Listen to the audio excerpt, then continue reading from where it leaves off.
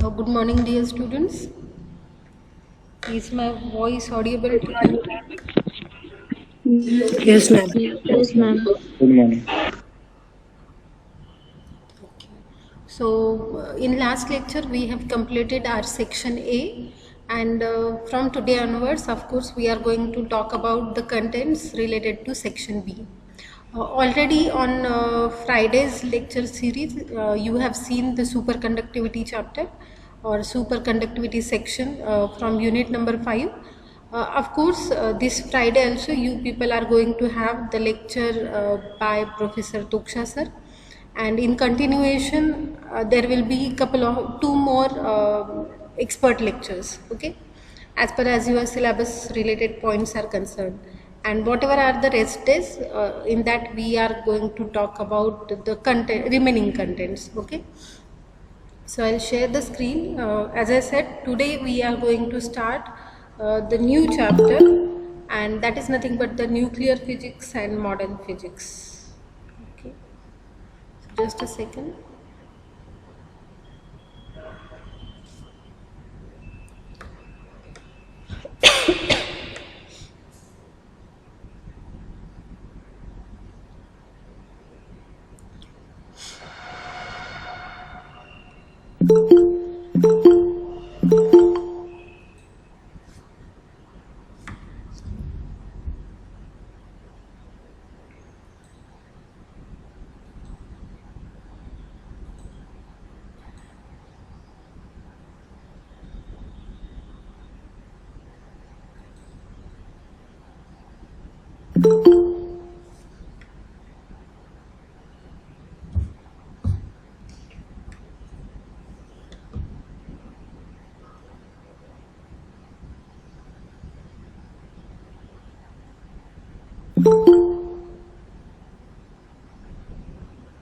Okay, so unit number 4 is nuclear physics and modern physics. In nuclear physics, of course, we talk about the nuclear particles and their interactions.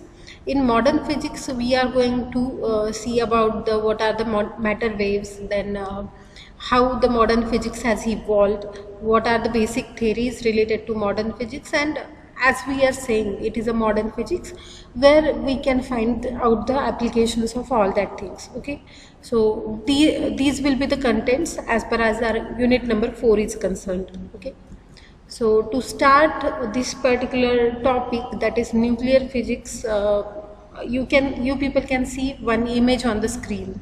So I want a caption from your side related to this particular image. What caption you can give for the picture that you can see on the screen?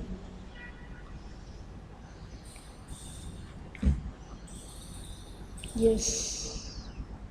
You have to suggest one caption for the image which is there on the screen. You can put your answer in the chat box. Caption means title or name. Suppose if my photograph is there, then of course I'll write the caption, say Arti Rushi or a physics teacher. So like this, by seeing this particular image, what comes in your Ma'am, the mind? kid is Yes. ma'am, that kid is saying something. Kid is saying seeing something. Okay. What will be the caption? A kid. Okay. A kid. A kid in forest. Okay, that will be okay. Okay. So, anyone want to share anything? I got two answers. A star of the sky has landed on Earth. Wow, that is a very good answer, Sanika. Means your thought process is very good in actual. Okay. Pavan is saying a kid shining in sun rays. Okay. So all that captions are, of course, are appropriate for the image that you can see on the screen, but precisely we can say the image that you can see on the screen is related to a little boy. Okay, so a little boy you can see on the screen. Okay, so I was about to have such kind of answers. Okay, another image, a curious kid, of course, that is also correct. but in general we can say the image is related to little boy. And another image you can see on the screen. So what will be the caption for that second image? A fat man. A fat man. Okay, so little boy and fat man, obesity. Yeah, of course. So basically now on screen you can see two images and two words, little boy and fat man. So what do you think why I have used these two images or these two words at the start of our lecture? Is there any idea or is there any correlation with these words and the contents of nuclear physics? Do you find any relation?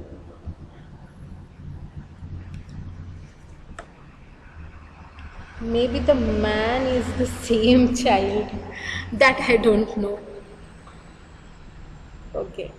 So, could you find any correlation in between the words provided on the screen and the And these are the nuclear? names of the atom bombs. Yeah. Basically, this little boy and fat man in context of nuclear physics are like this. On the left hand side you can see the little boy, which is one nuclear weapon that is bombarded on the Hiroshima, and another nuclear weapon that is nothing but the fat man, which is bombarded on the Nagasaki. At the time of World War II, you people know the history that two nuclear weapons, nuclear bombs were bombarded on the two cities of Japan, that is Hiroshima and Nagasaki. And basically due to that nuclear weapon, whatever are the disaster that Japan has felt, that everybody knows. Okay, so basically why I have used these images or why I have started the nuclear physics lecture with this particular point is that whatever is the basic principle which is involved in that nuclear weapons, in nuclear bombs, that principle we have to understand through this particular lecture. Okay, so here you can see in the little boy, basically uranium 235 is the material which is used, and fusion, nuclear fusion of that uranium 235 has occurred in the little boy, and basically due to that you can see what amount of power is generated, and due to that power, due to that energy, the disaster was there. In case of fat man, again you can see the fission process was there, but in fat man the fission of plutonium 239 was there. Okay, and you can see 21,000 tons of the TNT kinds of power had generated by the fat man. Okay, so these are the things, or these are the basic things or basic principles. Nuclear fission principle is involved in that nuclear weapons, and at the start of this lecture we have to understand what is nuclear fission, how that nuclear fission is generated, then what are the uses of nuclear fission process. Like here whatever you can see, you have observed that the nuclear energy is used for some bad kind of things. Disaster is created by using the nuclear energy, but are there any ways with which we can have some beneficial processes through the nuclear power, that we have to understand in this particular lecture. Okay, just a second. Okay, so on screen you can see the contents that we are going to talk about in nuclear physics and modern physics. In nuclear physics, as I said, we are going to start with nuclear fission and nuclear fusion processes. Then based upon nuclear fission, there will be a chain reaction. That chain reaction actually happens in case of nuclear bombs. So what is that chain reaction, we are going to understand. Then we are going to talk about nuclear reactor, then some processes related to nuclear fusions, and then we are going to see the accelerators. One of the accelerator is cyclotron. Its construction and working we are going to see through this particular chapter. Then GM counter, I think this word is familiar to you because in last practical you have performed experiment related to GM counter. I have shared you one video, so in that you have seen how is the GM counter and what is the basic aim to use the GM counter. Okay, so again in theory portion also we are going to talk about that particular device. Then we have to understand the applications of nuclear physics, and of course some part of modern physics is also provided that we are going to talk when we will go for that particular section. So first, as I said, we will talk about the nuclear physics. Okay, so nuclear physics. So nuclear physics, as you people know, every material is consists of some atoms, and every atom is having some constituent particles. So basically, if you consider the atomic structure, then what will be there in atom? There will be one nucleus. In nucleus, proton and neutrons will be there, and around that nucleus there will be electrons in various shells. Okay, so basically in nuclear physics we talk about the protons and neutrons, that are nothing but the constituents of nucleons, and their interactions with various kinds of matters. So nuclear physics is nothing but one field or one branch of physics that studies the atomic nucleus and its constituents, that are nothing but the protons and neutrons. Okay, again you people know that proton and neutron, they are not the fundamental particles. Even this proton neutron, they are formed by some elementary particles known as quarks. So if the study related to quark is there, then that will be the part of subnuclear physics, and if the study of protons and neutrons along with electrons is done, then that will be the atomic physics. So there are different branches. Nuclear physics will talk about only proton, neutron, their properties, their applications and their interactions. If some quark related study is there, then there is a separate branch for that studies, that is nothing but the subnuclear physics. And if you want to have the study of electrons along with proton and neutron, then that will be the atomic physics. Okay, so different branches are there, and don't get confused in between that branches.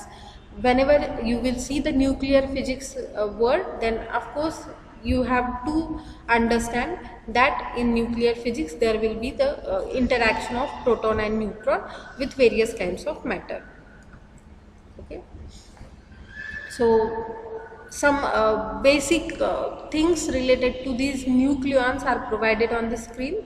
As you people know, proton is having the positive charge, its mass is provided.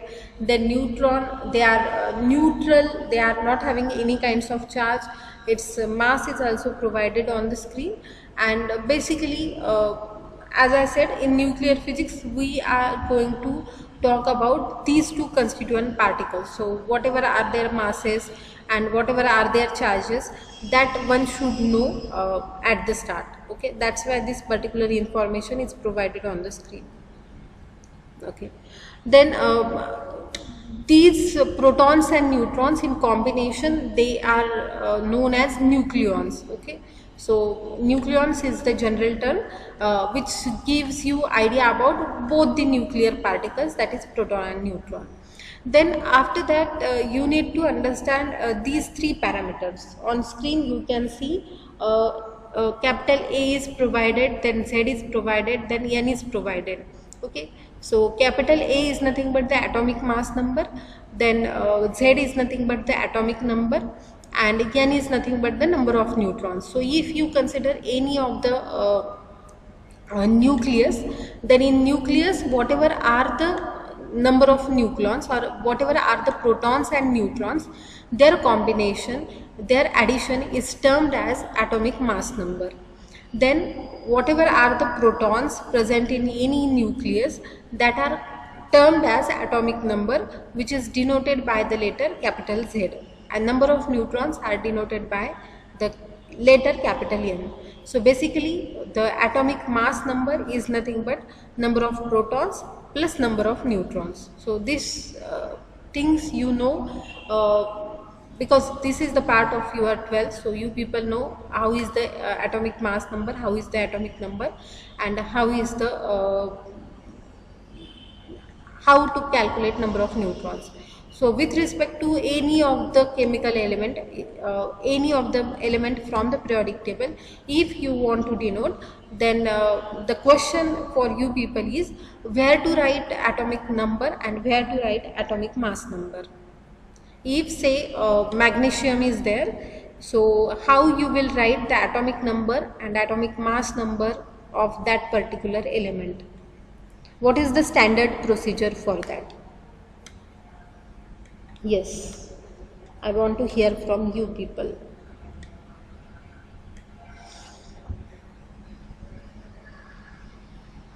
If say any chemical element X is provided, then how to write atomic number and atomic mass number? Abhishek has mentioned something. Abhishek, can you explain what you have written? You have written H11. So what it means? Yes. Non-hydrogen one at atomic mass. Yeah, that is hydrogen element. You have written the atomic mass and atomic number, but what are the specific positions? I want that answer. If I want to mention, yes, Pavan has mentioned atomic mass upside and atomic number downside. That is correct. So if any element is there, then its atomic mass number will be in the superscript and atomic number will be in the subscript. Okay, so that procedure you need to follow if you want to mention the atomic number and atomic mass number of any of the element. So according to that you can show the mass number and atomic number of any of the element. You need to follow this particular procedure. So some examples are given on the screen, like Abhishek has mentioned for hydrogen nucleus. Here you can see hydrogen, its atomic number is 1, atomic mass number is 1. Okay, so in superscript you can find 1, in subscript you can find 1. Then for helium, its atomic number is 2 and atomic mass number is 4. So that is mentioned over here. In case of neutron, as it is a neutron, it will not having any kinds of protons. So its atomic number will be 0, but atomic mass number will be 1. Okay. For electron, it is not having any proton or neutron, but of course the proton and electron is there. So that electron is denoted with a minus sign. So -1 is given over here. And for another example, that is aluminium, so its atomic number is say 13 and its atomic mass number is 27. So that is mentioned on the screen. So the whatever we have seen up to this moment, that are the basic requirements or basic things as far as nuclear physics study is concerned. Now we are going to talk about the nuclear processes, that are nothing but the nuclear fission and nuclear fusion. So before going towards the contents, I would like to ask you people, what is the meaning of the term fission and what is the meaning of the term fusion? I am not asking in context with the nuclear fission, but in general, if fission word is there, then what its meaning, and if a fusion word is there, then what meaning it is having. So that you have. Ma'am, fusion means the combination of two objects, and fission means it is the division of two objects. Single object is divided into two parts. Yes, so fission means it is nothing but the splitting or dividation, and fusion means combination. So if you know these things, these basic things, then of course you can understand the nuclear fission and nuclear fusion. So in nuclear fission, of course, there will be splitting of nucleus, and in case of nuclear fusion there will be a combination of nucleons or combination of two different nuclei. Okay, so this is a simple basic idea related to these two processes. So first we will talk about the nuclear fission process. So on the screen you can see one image. In that image you can see the heavy nucleus is divided into two smaller nuclei. Okay, so that is nothing but the nuclear fission process. Now this nuclear fission process was first studied and discovered by the scientist Otto Hahn and his colleague known as Fritz Strassmann. For this particular discovery, Otto Hahn has got the Nobel Prize and I think in 1938. But whatever, actually they were supposed to have one experiment in which they are interested to add one neutron in uranium 235. Okay, so they were having the uranium fuel and they were supposed to add the neutron into the uranium 235. So after accepting neutron they were supposed to have the heavier nucleus of uranium. So of course as you are adding neutron to this particular number, its atomic mass number is going to increase. So they were supposed to have uranium 236 at the output after this particular interaction. But instead of getting the heavier nuclei, they got some different kinds of properties. That properties or that interaction, it was not possible for them to understand, or they were confused that what has happened. So as per as their expectations are concerned, they wanted to have the heavier uranium nuclei, but that was not the result. So whatever was their result, they have communicated that result to their previous colleague, which was Liz Meitner. So Liz Meitner was the one lady scientist who was from the Austria. Then after her graduation she moved to Germany, and in Germany she was working with Otto Hahn. But due to the World War I, and as she was the Jewish person, so Germany was not the safe place for her to work and to stay. So she moved to her sister's house, and basically her nephew, which is nothing but the Otto Robert Frisch, the picture you can see on the screen. So Otto Hahn, after his experiment and all, he has communicated his results to Liz Meitner. Then Liz Meitner and Otto Frisch, they have worked upon that result, and they came with the idea that while having the interaction, while performing the experiment by Otto Hahn, they have not got the heavier uranium, but they have got the splitting of the heavier nucleus. And Liz Meitner and Frisch, they have mentioned this process as the nuclear fission process.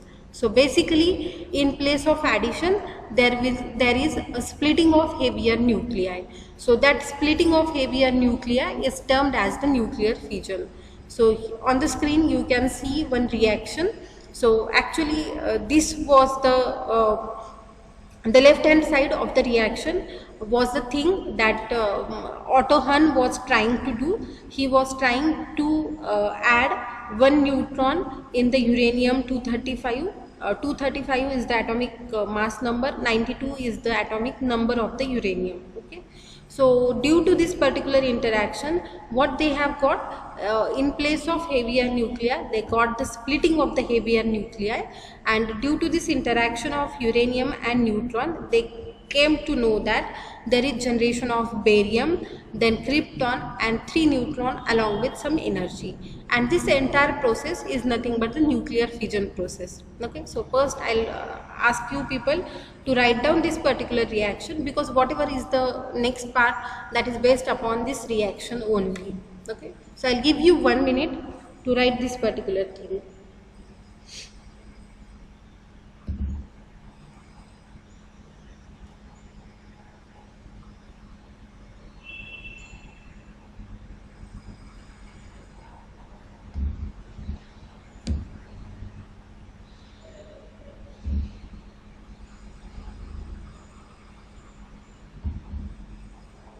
Is the screen visible to all of you?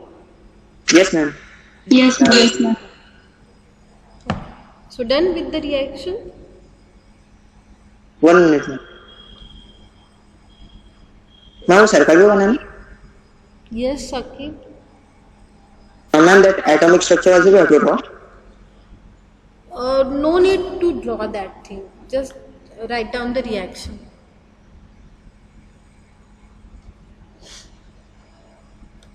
That picture is just to give you the idea that after interaction with neutron, how this heavier nuclei is divided into two parts, and along with three neutrons.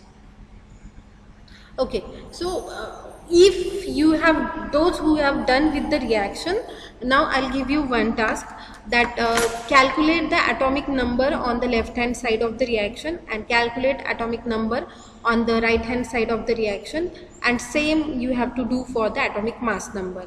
So on the left hand side, give the value what is atomic mass number in combination and what is the atomic number, and same you have to do that what is the atomic mass number on the left hand side, sorry, right hand side, and atomic number on the right hand side. Okay, and once you calculate, put your answers in the chat box.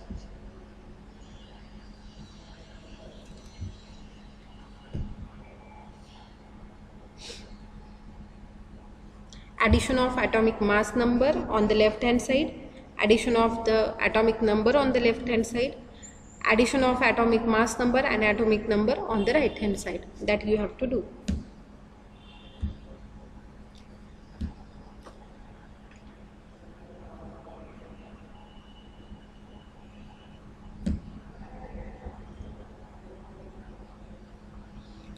Abhishek has written on the atomic number is 92 is equal to 92. Okay, means in case of atomic number you can have the equivalence. What about atomic mass number, Abhishek?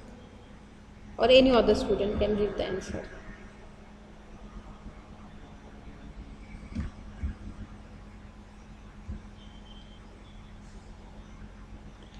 Pawan has mentioned atomic mass number on the left hand side is 236, on the right hand side it's 234. No, Pawan, you have calculated it wrongly, because you can see here 3 neutrons are there.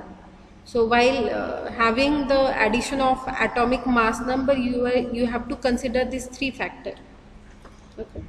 So by considering that, give me the atomic mass number. Okay, so then LHS will be equal to RHS. Yeah, that is correct. Means if you calculate the atomic number and atomic mass number before and after fission process, then you will get to know that both are same. Okay, so whatever is the atomic mass number before the reaction, same atomic mass number you can see after the reaction, and same is applicable for the atomic numbers. Okay, so both are having equivalence before and after fusion reaction.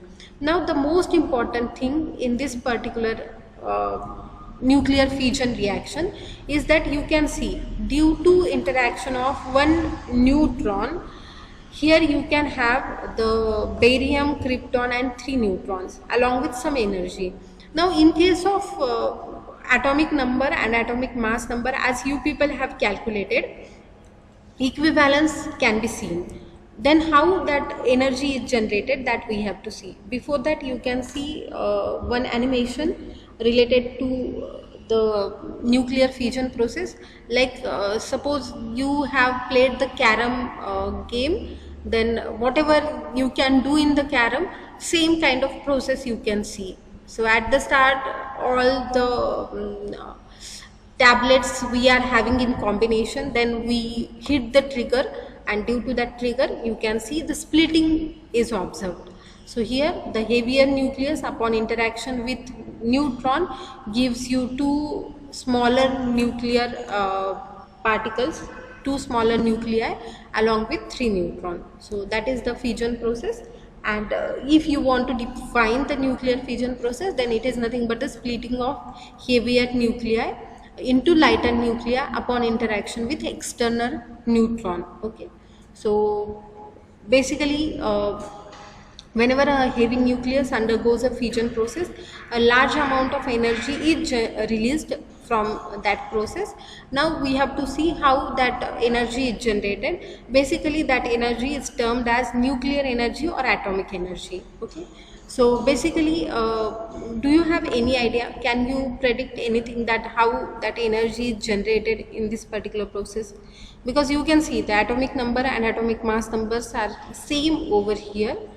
Then any idea that how the energy is generated? Because that source is the source which was there in that little boy and fat man. Okay, so basically that energy is due to the mass defect. Okay, so whatever are the masses, like before this slide whatever you have seen, you have calculated the atomic number and atomic mass number. But if you consider the masses, actual mass of that neutron, mass of the uranium nuclei, then mass of the barium, krypton and 3 neutron, then you can see there is little bit difference in the mass before and after the reaction. So whatever is the difference, that difference in mass is termed as the mass defect, and due to that mass defect you can have the energy in the nuclear fission process. So basically this is the famous equation that you people know, the Einstein's equation related to energy and mass, E is equal to mc square. So according to this relation, whatever is the mass defect that is observed in the nuclear fission process, that is converted into energy, and that energy is termed as atomic energy or nuclear energy. Okay, so here you can see the calculation part. Just a second. Are you okay? So calculations are provided on the screen. So if you consider the mass of uranium nucleus, then mass of one neutron and their combination, their addition will be 236.134 AMU. AMU is the atomic mass unit. So this particular value will be there related to masses before the fission reaction. And after the fission reaction, of course, as we know, there will be a barium. So barium's mass is considered over here, then krypton's mass is considered over here, and then mass of 3 neutrons is considered. So by the combination of these 3 masses, you can observe at the output you will get the total mass as 235.911. Okay, so whatever is the mass of that heavier nuclei and neutron before the fission reaction, same mass you can't see at the output. Okay, so mass defect is there, difference in mass is observed in the fission reaction. So can you give me the value, what will be the mass defect in this particular case? Yes, that mass is getting converted into energy, but what will be the mass defect in this particular case? Before fission reaction it is 236.134 AMU, after fission reaction it is 235.911 AMU. So what will be the mass defect? Mass defect means, say if this upper value is M1, then lower value is M2, then mass defect will be M1 minus M2. Okay, so basically if you do the subtraction, then the value comes to 0.223 AMU. Okay, or whatever is the value. So if that value is getting converted into energy, then we can have the converging factor as 931 MeV. So you will get the energy related to this particular process in electron volt unit. Okay, so basically due to a single fission process you can get 207 mega electron volt energy due to the single nuclear fusion process.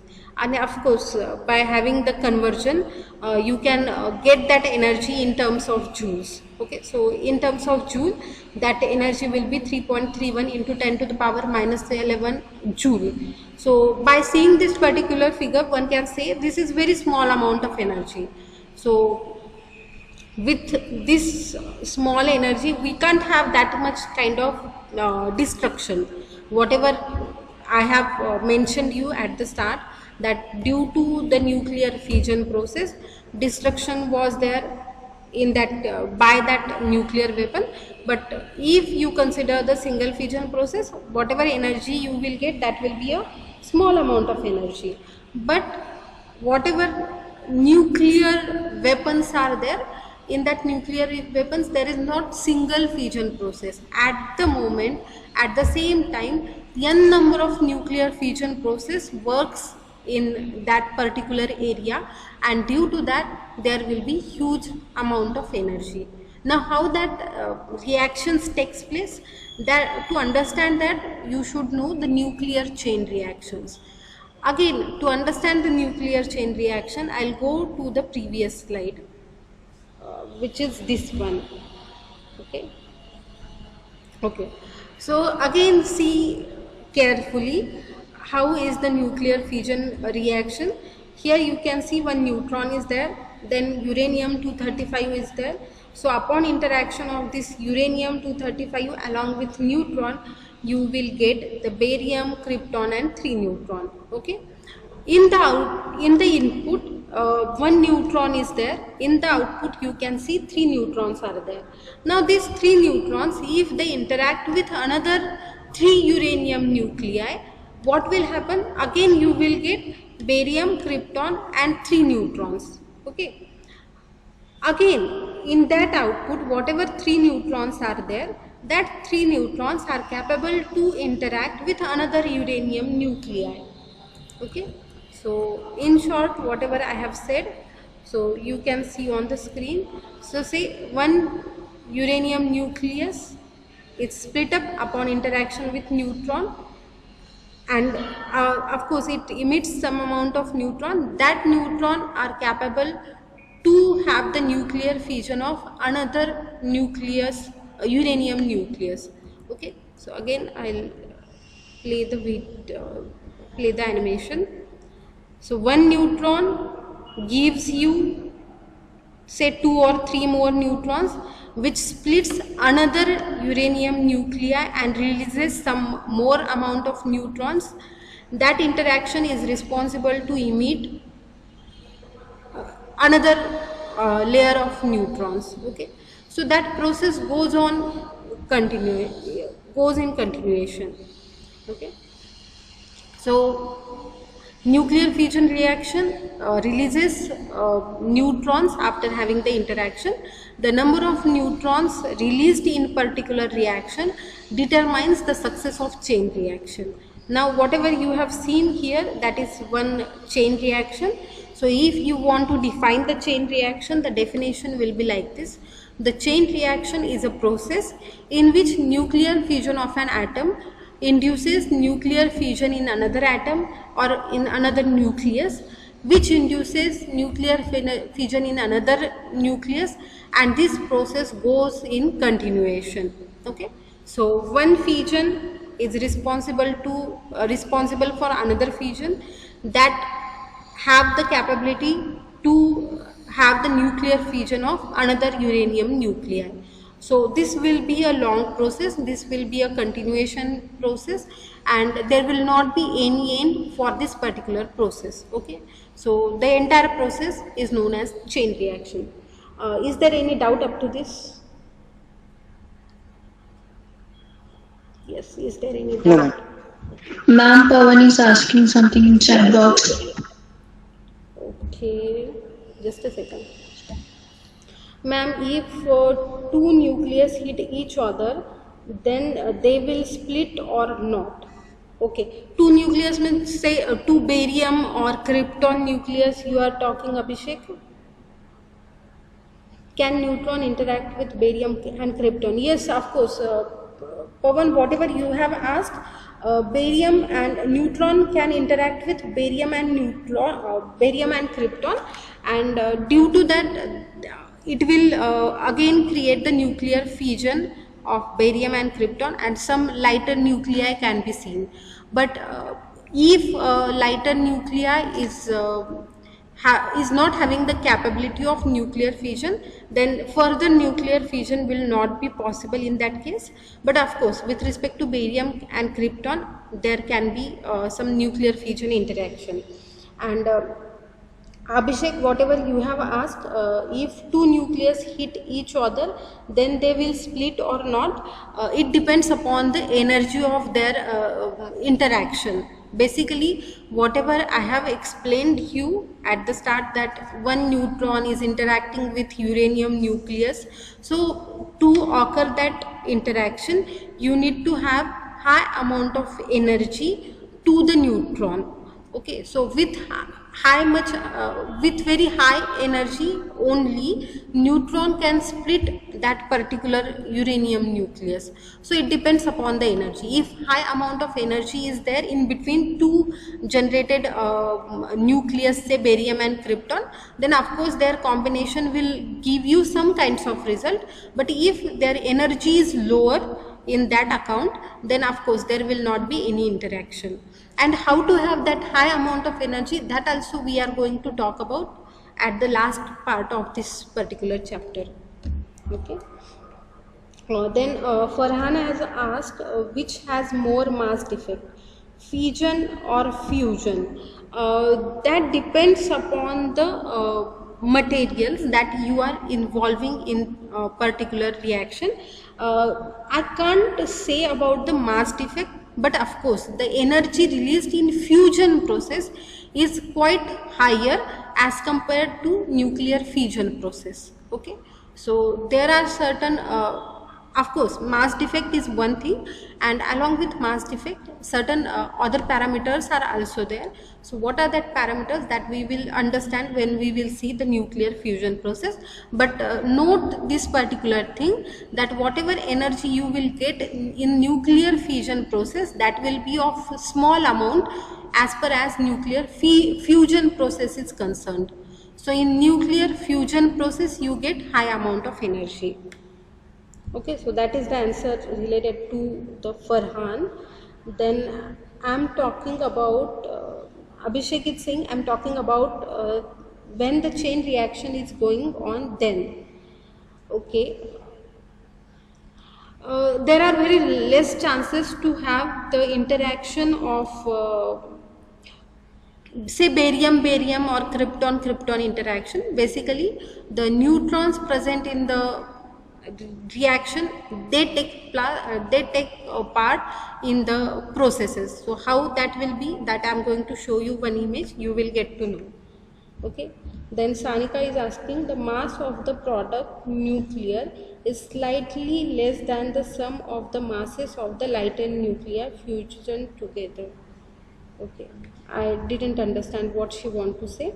Akib is asking, does there is any involvement whose all shells, I think he want to mention, is completely filled? Does there any involvement whose all shells are completely filled? Means you are talking, Akib, I want a clarification. Are you talking about the shells related to electrons?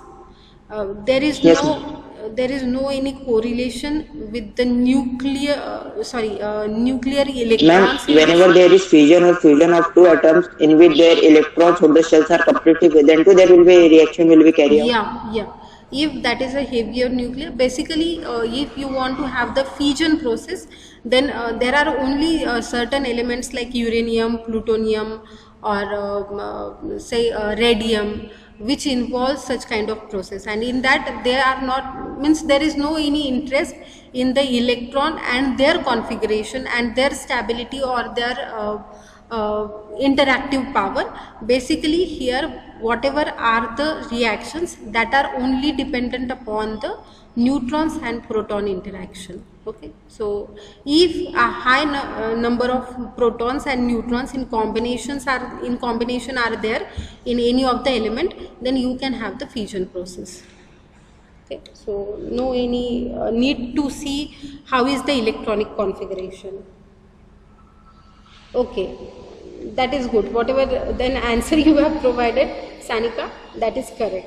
I thought you have to you want to ask some question. That's why I got confused. Okay. Okay, so basically the chain reaction, so whatever doubts you people have raised, so depending upon that you can see here at the start uranium-235 nucleus is there. Okay, then one neutron is interacting with this nucleus, so due to that of course barium and krypton gets generated, and along with 3 neutrons, so that 3 neutrons upon interaction with say another uranium-235 can release barium and krypton, and of course at the same time or due to some interaction they can emit lighter nuclei, like here you can see barium and then another element is getting generated. So n number of reaction takes place in due to a single fission process.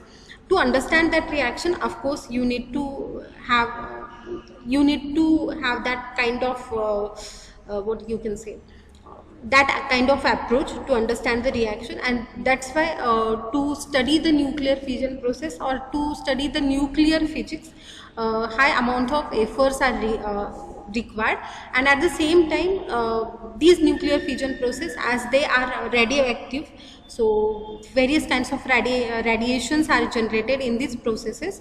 So basically that thing one need to consider while working with such kind of elements. Okay, so that is the major things that are the important things as far as this nuclear fission process is concerned.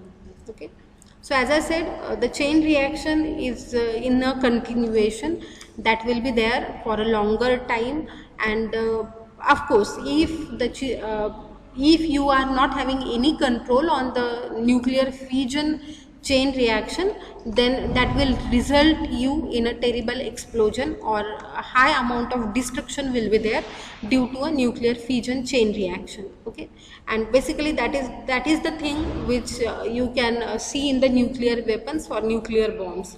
Okay, so in nuclear bombs uncontrolled chain reaction can be seen. Now and this is the things that are involved in that Little Boy and Fat Man. So in Little Boy and Fat Man, the uranium and plutonium, these were the fuels, and uncontrolled chain reaction of that 2 heavier nuclei was seen in case of that 2 nuclear weapons.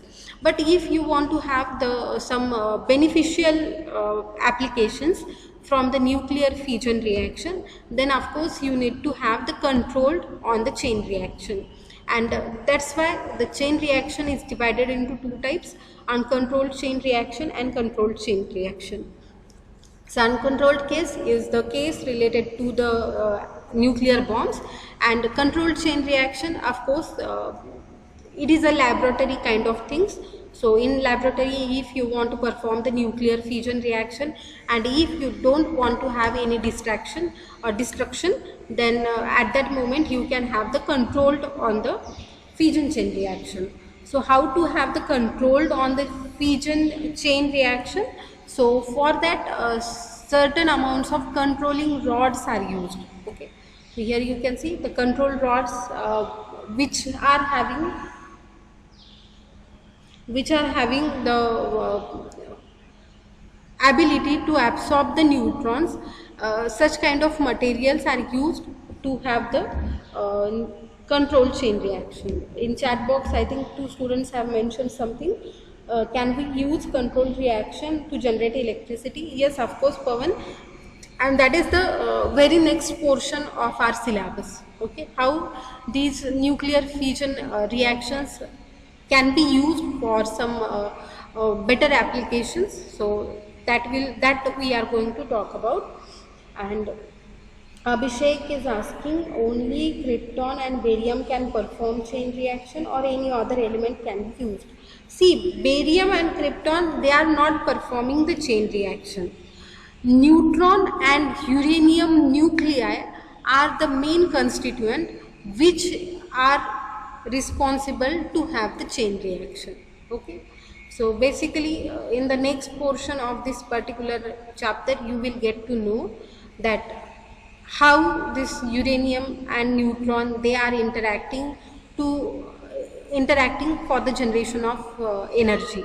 Okay, so basically at this moment keep in mind that there are certain materials which are having the ability to absorb the neutrons, and due to that of course you can have the control on the chain reaction, because if you see then in the nuclear fission chain reaction, see if you could see the reaction very carefully. Again I'll come to this particular slide, because as I said, if you could understand this particular reaction, then whatever are the next portion that you can understand very easily. So see, whenever you want to have the nuclear fission process, in the input you need to have only these two materials, that is nothing but the neutron and uranium, or say plutonium. Okay, Abhishek, whatever is your query, there is no any role of krypton and barium in the chain reaction. Okay, whatever is the role, that is only of uranium and neutron. These are the side products. These products get generated automatically, and we are not having any concern of barium and krypton as far as the nuclear fission reaction is concerned. Of course, as this is the output, one can have that materials for another study, but as far as nuclear fission reaction is concerned, we are not having any concern with barium and krypton. Okay, so basically the interest of nuclear fission reaction is to have interaction of uranium-235 and neutron always. Okay, and here as you can see in the output, along with barium and krypton, 3 neutrons are there. So now consider these 3 neutrons on the left hand side. So 3 neutrons will interact with 3 more uranium nuclei, will release barium, krypton and 3 more neutrons. Okay, so 3 through one reaction, 3 through another reaction, 3 through another reaction. So in combination there will be 9 neutrons after having the interaction of these 3 neutrons with uranium nuclei. Okay, so that will be in the exponential manner. Okay, so 1 neutron is responsible to give you 3 neutrons. Now that's 3 neutrons, they are responsible to produce 9 more neutrons, and like this. So that will be the continuation process. Abhishek is asking, can we get another side products? Yeah, of course that we get, but again that depends upon the energy of the neutron. That see, you people may have played the carom. Okay, so can you explain how you play the carom? Because I am not very used to with that game. So can you explain what you do in the what you do while playing the carom?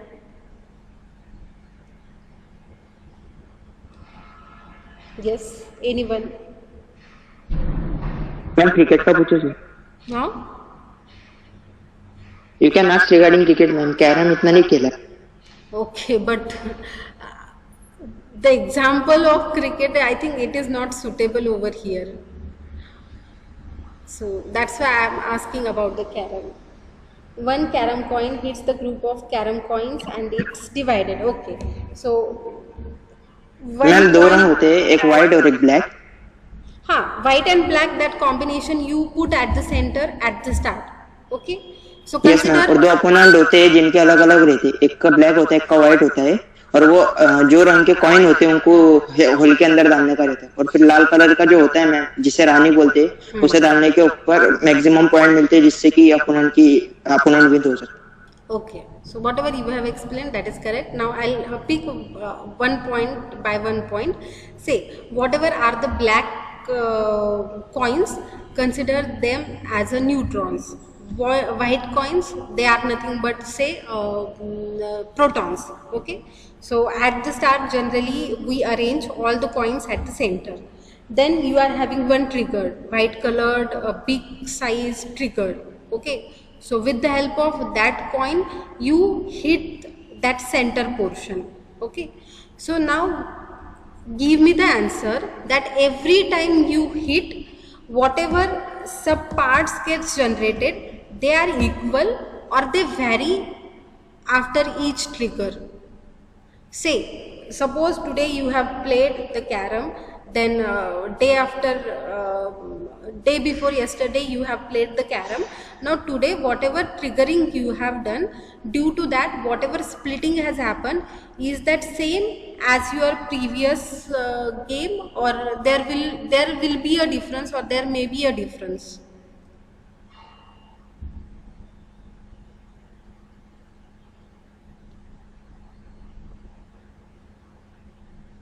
Yes, anyone can give me the answer. Ma'am, it's different. It will be different. You can't have the same splitting at every moment, because that depends upon the what amount of energy you are applying to that trigger. Okay, so like this, if you are having the particular energy of the neutron, so depending upon that energy there will be a splitting. If that is having high amount of energy, so due to that high amount of energy you can have according to that energy you will have the subproducts like barium and krypton. If that energy is variable, then you can have the side products which are having their atomic mass number or atomic number in this particular range only. Okay, range will be the same but products will be different. So that are the cases. So that depends upon what is the energy of the neutron which is involved in the process, and that you have to analyze with the help of some basic study.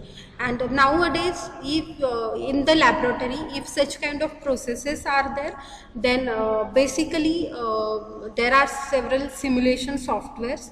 So with the help of simulations, researchers at the first only they decide, if I want to have the triggering with say neutron, then what amount of energy I should give to the neutron, then with that energy what will be the side products, what amount of neutrons will get generated over there, and what amount of energy will be there through the process. If I vary the energy related to neutron, then what will be the output, that researchers calculate before going towards the actual reaction. On whatever I have mentioned over here up to this time, that is a simple or single example of nuclear fission process. Such kind of n number of reactions one need to have while studying the nuclear physics. Okay, so various kinds of reactions are there. So in that you need to analyze what you require. Okay, so what in the output is the requirement, depending upon that you need to finalize the parameters at the input. Okay, so that is the thing related to the nuclear fission reaction. Of course, today I feel little bit satisfied because you are having so many queries related to this part. So of course that queries, if some queries, more queries are there, that we will try to answer in the next lecture. But up to this time, again I will say that whatever reaction you can see on the screen, remember that reaction in yes, Pavan is saying very interesting topic. Yeah, very interesting topic. I also Ma'am? think that nuclear physics is very interesting. Excuse me, ma'am. Yes, Akib. Ma'am syllabus में बस एक ही reaction है क्या हो रहा है? Syllabus में एक ही है, that is nuclear fission and nuclear fusion. But if you want to have some more work, of course you can go for any of the course related to nuclear physics. For that case, see, on the NPTEL site there are so many courses which are having such kind of topics, so you can go for that kind of courses. Okay, so I think this is okay for today's lecture. Kindly give me the attendance or at least absent roll numbers quickly.